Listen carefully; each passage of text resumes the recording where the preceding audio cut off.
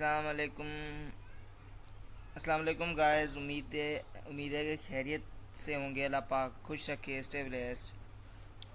So as you know that today we are recording this video with the new topics to learn how to make CV। आज हमने CV को बनाना सीखना है। Simple CV को कैसे बनाते हैं।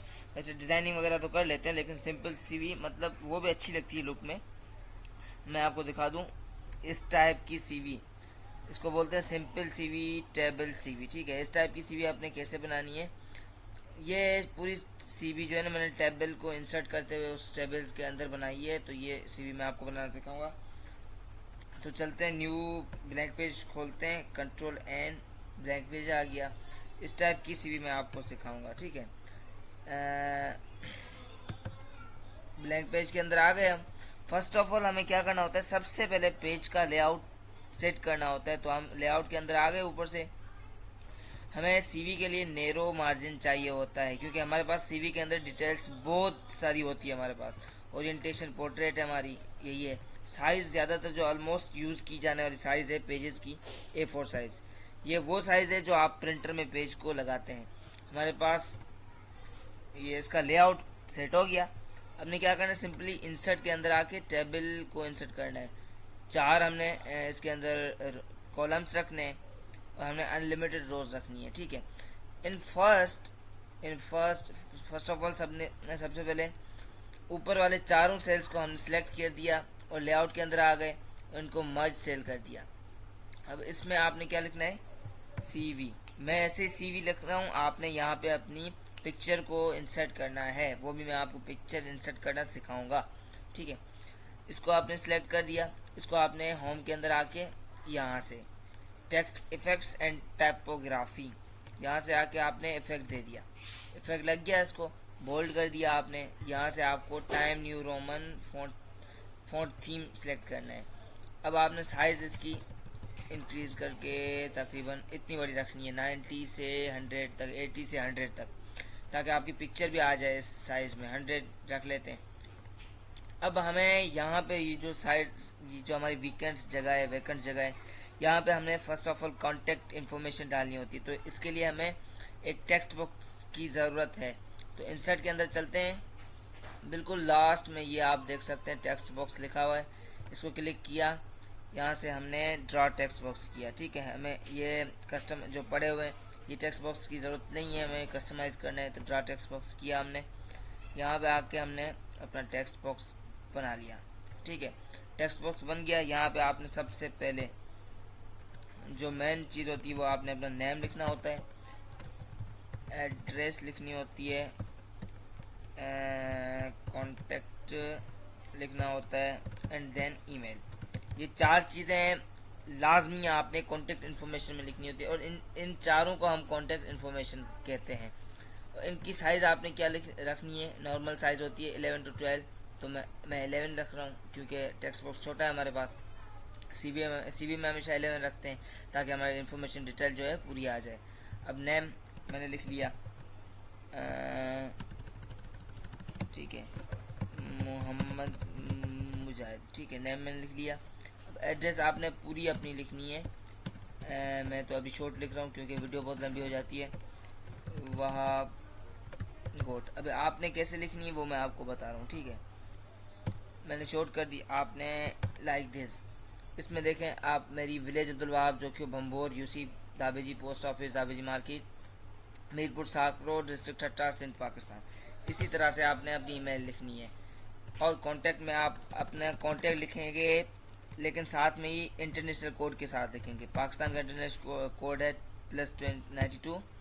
देन आपने अपना नंबर लिखना है, कुछ भी। ठीक है, अपना नंबर लिख देना है। उसके बाद देन यहाँ पे आता है, मैं एज सपोज कोई भी नंबर लिख देता हूँ। ये किसी का नंबर नहीं है, मैंने लिख दिया है। ठीक है, नंबर लिख दिया। अब ईमेल आपने जो आपकी है वो लिखें। ठीक है, मैं लिखता हूँ XYZ, अपनी ईमेल लिख के .gmail.com। सही है, और सपोज यहाँ पे मेरी लिखी हुई है। ठीक है, अपनी ईमेल लिख के @gmail।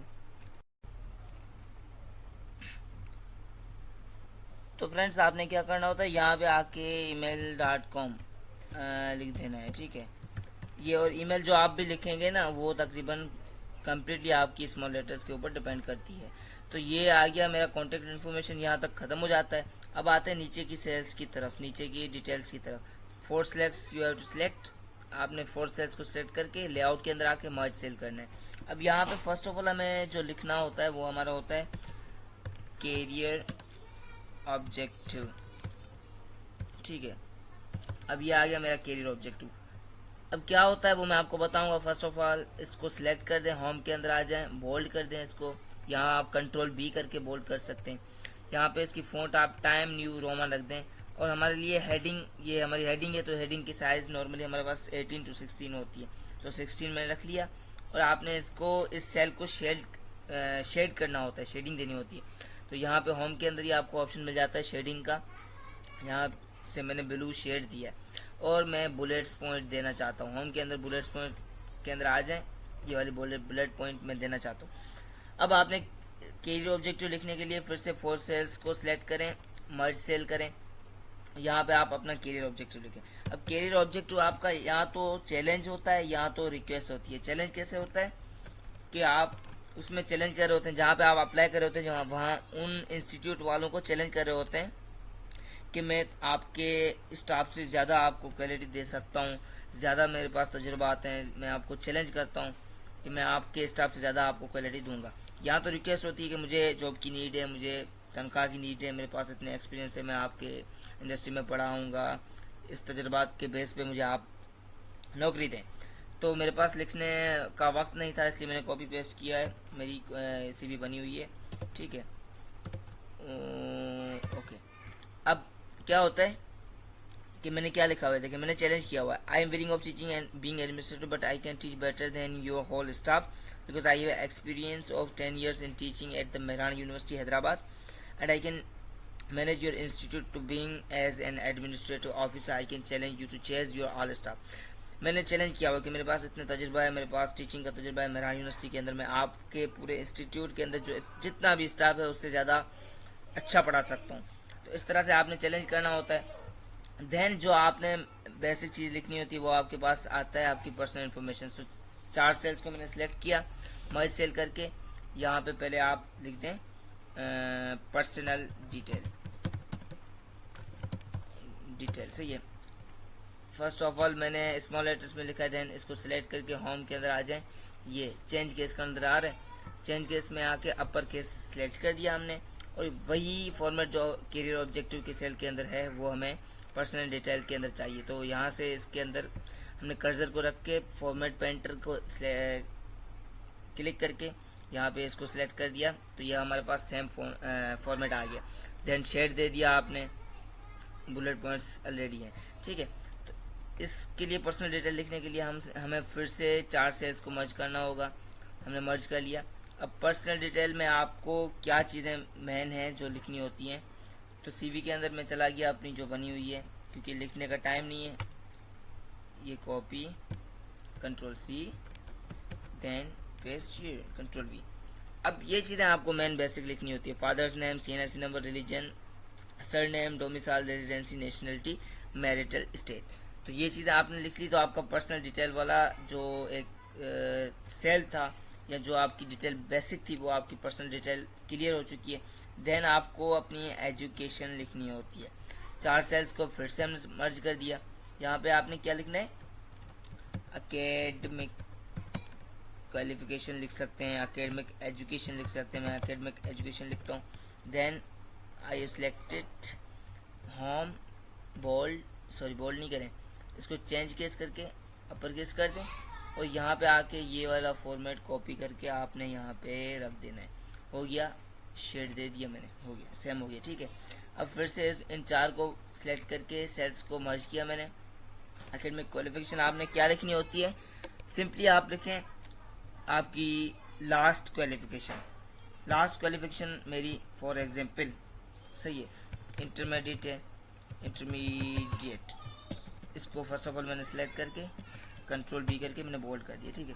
अब मेरे पास क्या करना होता है मुझे, देखें अब यहाँ पे आपने अपनी इंस्टीट्यूट का नेम लिखना होता है कि किस इंस्टीट्यूट से आपने जो है कि किस इंस्टीट्यूट से आपने ये अपनी क्वालिफिकेशन मुकम्मल की है। फॉर सपोज मैं लिख देता हूँ, इसको अनबोल्ड कर देना, मैं लिख लेता हूँ मैं अपने इंस्टीट्यूट का नाम जहाँ से मैंने इंटरमीडिएट किया है, मिलत हायर सेकेंडरी कॉलेज, ठीक है, मैंने लिख दिया। अब आपने आगे लिखना होता है कि किस ग्रेड से आपने पास आउट किया है, मैंने अपना ग्रेड लिख दिया, कितनी परसेंटेज थी आपकी, फॉर सपोज आप लिख दें कुछ भी, मैंने लिख दिया फॉर एग्जांपल 81। अब आप पासिंग ईयर लिख दें, किस साल से आपने पास आउट किया है, ठीक है। तो मैंने 21 से 22 के दरमियान 23 के दरमियान मैंने इंटरमीडिएट किया है, तो मैंने ये लिख दिया। अब सेम आपके पास जितनी भी आपकी क्वालिफिकेशन है, इंटरमीडिएट के बाद आती है मैट्रिकुलेशन, मैट्रिकुलेशन के बाद आती है मिडिल आती है, उसके बाद प्राइमरी आती है। तो ये सब चीज़ें आपने इसी सेम पैटर्न के तहत यही सेम चीज़ें लिखते हुए आपने अपनी वो नीचे जो अपनी क्वालिफिकेशन आपके इंटर से पहले वाली, मैट्रिक से पहले वाली, मिडिल से पहले वाली प्राइमरी, वो लिखनी है। फॉर एग्जांपल मैं लिखता हूँ मैट्रिकुलेशन सेम मिलत हायर सेकेंडरी स्कूल से की है, ये लिखूंगा। मेरा ग्रेड क्या था वो लिखूंगा, उसमें परसेंटेज कितनी थी वो लिखूंगा, पासिंग ईयर मेरा किस साल में मैंने पास किए वो लिखूंगा, ठीक है। तो ये लिख के आपने देन आपने क्या करना है, फिर से 4 सेल्स को मर्ज कर दिया, और इसमें आपने अगर आपके पास टेक्निकल कोर्सेज हैं तो आपने यहाँ पे टेक्निकल कोर्सेज अपने लिखने हैं, टेक्निकल एजुकेशन, ठीक है, टेक्निकल एजुकेशन। अब टेक्निकल एजुकेशन आ गया यहाँ पे, इसको मैंने फिर से सिलेक्ट किया, चेंज किया, इसके अंदर आ गया, अपर केस मैंने कर दिया इसको। अब शेडिंग मैंने दे दी।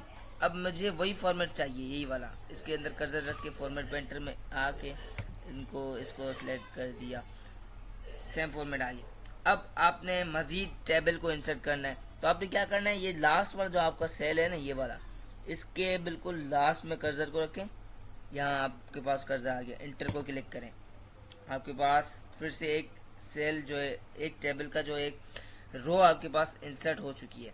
फिर से लास्ट में क्लिक करें, फिर ऐसे करें, तो आपके पास जितने एंटर करेंगे आप लास्ट में उतने आपके पास जो है रोज आती जाएंगी।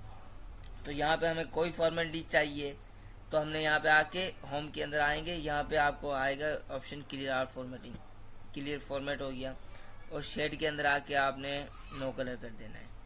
यहाँ पे भी आपने ऐसे ही करना है, क्लियर एंड नो शेड हो गया। अब टेक्निकल एजुकेशन हमारे पास, मेरे पास अगर फॉर सपोज मेरे पास यहाँ पे आप देख सकते हैं DIT एंड इंग्लिश लैंग्वेज है, तो आप मैं लिख लेता हूँ DIT, इसको आपने सेलेक्ट करके बोल्ड कर देना है, कंट्रोल B। अब किस इदारे से, ज़ेबटेक,